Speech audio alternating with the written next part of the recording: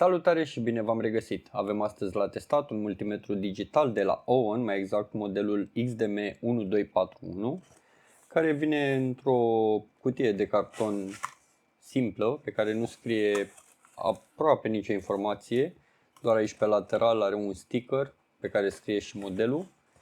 În interiorul cutiei avem multimetru,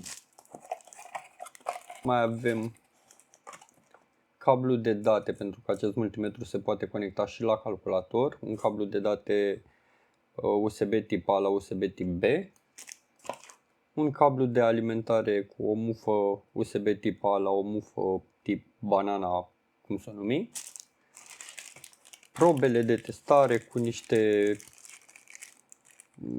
chestii care se atașează cu aligator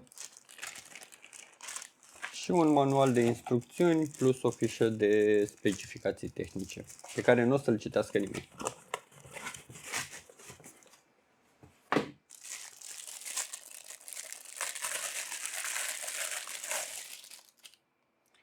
Multimetru e dintr-un plastic, dar se simte destul de calitativ.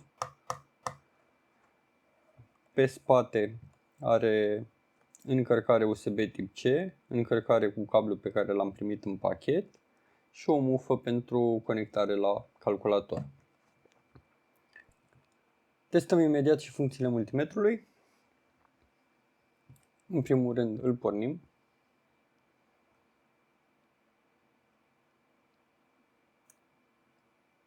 Și trecem rapid prin meniu.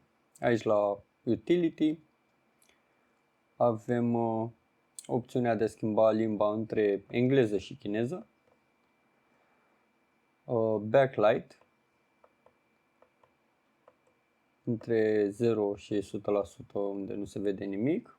Auto Power Off maxim 2 ore. Pe pagina următoare avem setările pentru comunicarea cu calculatorul. De aici putem să setăm data și ora, nu știu la ce ar ajuta. Și resetare la setările din fabrică. Ok, ca și funcții, poate măsura tensiunea DC, AC, poate măsura curentul DC și AC, rezistență, continuitate, diodă, capacitanță, frecvență și temperatură. Cu butonul Run Stop poți să oprești citirea la o anumită valoare sau să repornești citirile. Funcțiile MAT, pentru absolut toate celelalte funcții poți afișa min, max și average. Și funcția dual, care funcționează doar pentru curent alternativ, cred, unde poți afișa și frecvența, și pentru tensiune alternativă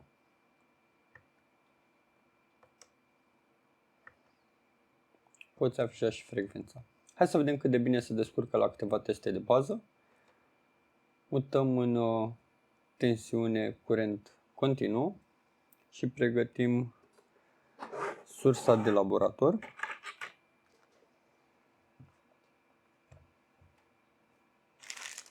Despre probe nu am vorbit deloc și sunt niște probe de o calitate, aș zice, medie. Asta pare să fie un silicon.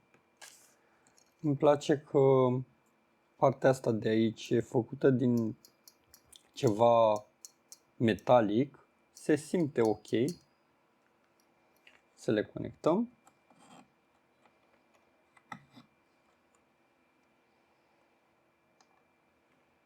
Le conectăm la sursă.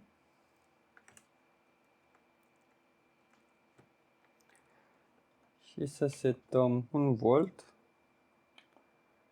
cu 0,1 amperi și ok, 1 volt setat pe sursă, destul de precis. Încercăm cu 5 volți. Nici sursa nu e super precisă, deci o citire destul de corectă. 10 volți.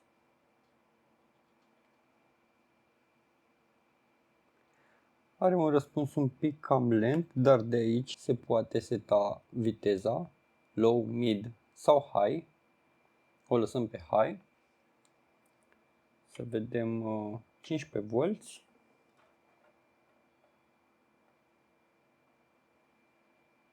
Și destul de rapid a ajuns. 20 de volți.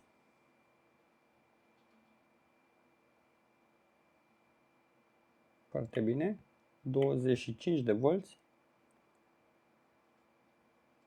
Să vedem și un 25,3.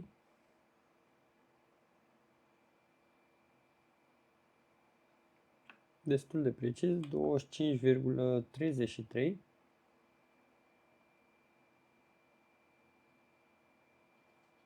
Acum se descurcă bine. Încercăm și 30 de volți. Da, mie îmi place, mi se pare că e destul de bine. Mai departe vom face niște teste cu câteva rezistențe, pentru că nu pot măsura momentan nici tensiune alternativă, nici curent, de niciun fel.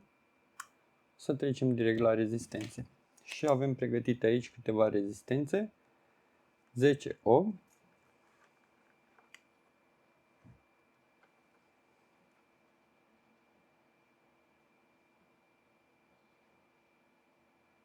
destul de aproape, dar putem să facem și așa și să folosim funcția asta rel.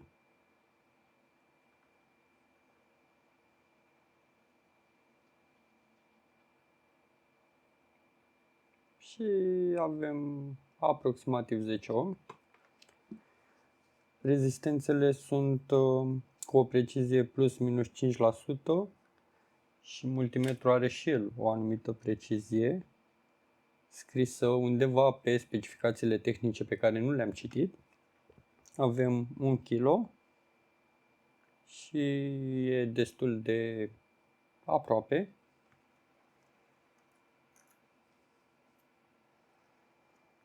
...6,8 kg, 6,8 și pe multimetru.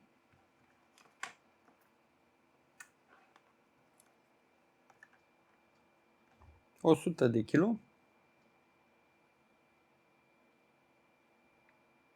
...în limite acceptabile. 680 de kg.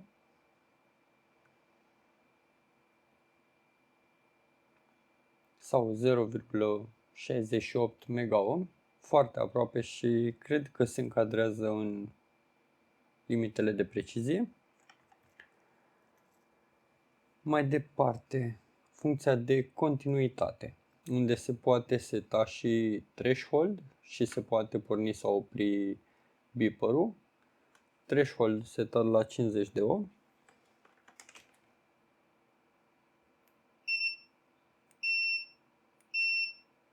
Are o oarecare întârziere în răspuns. Dacă fac așa, nu se întâmplă nimic.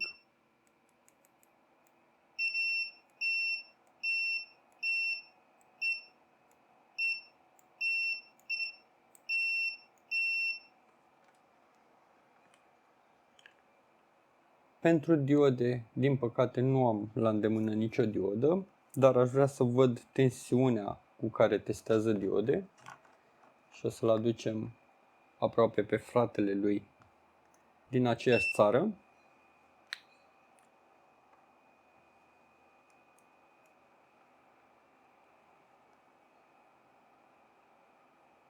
...3,2, 3,3 volți, ceva obișnuit pentru multimetrele de tipul ăsta.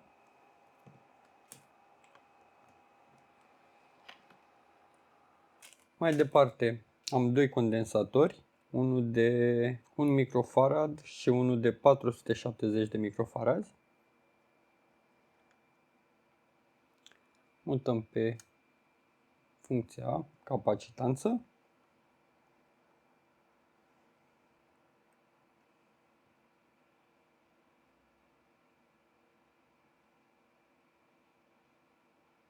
Și avem 1,2 microfarazi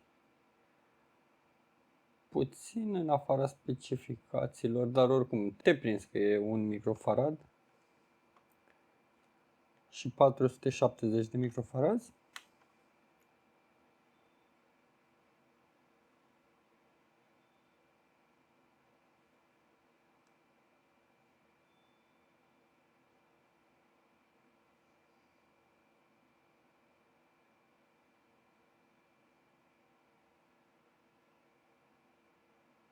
Durează extrem de mult să-l citească, deci la un condensator un pic mai mare îmi imaginez că durează mult prea mult și n-aș zice că e chiar utilizabil în practică. Dar e nice to have. Mai departe avem funcția de frecvență și aici mi se pare interesant că funcționează între 10 kHz și 60 de MHz. Îl conectăm imediat și la un generator de semnal cu mențiunea că sub 10 MHz are nevoie de minim 1 volt și peste 10 MHz are nevoie de minim 3 volți.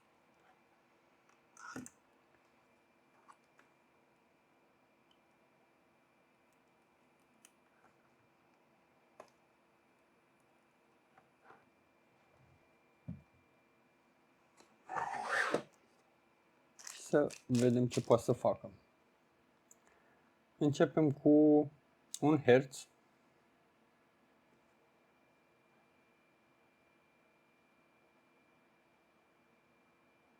Se chinuie puțin, dar pare că ar putea să citească. Pe specificații spune clar că de la 10 Hz. La 2 Hz pare că e destul de stabil. 3 Hz. Să mergem la 5 Hz.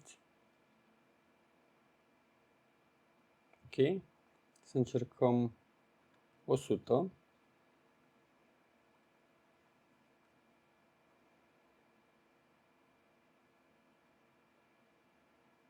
Și reușește fără nicio problemă.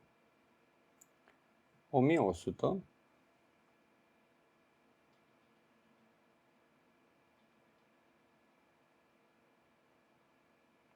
Și pare să meargă.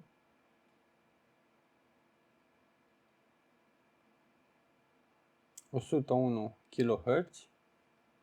Încercăm cu 1 MHz, 1,1 MHz.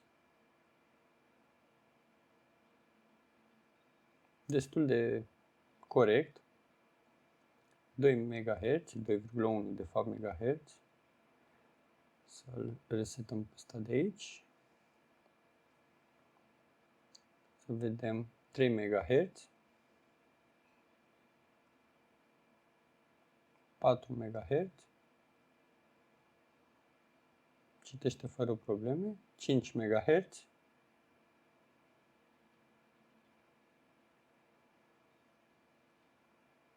6.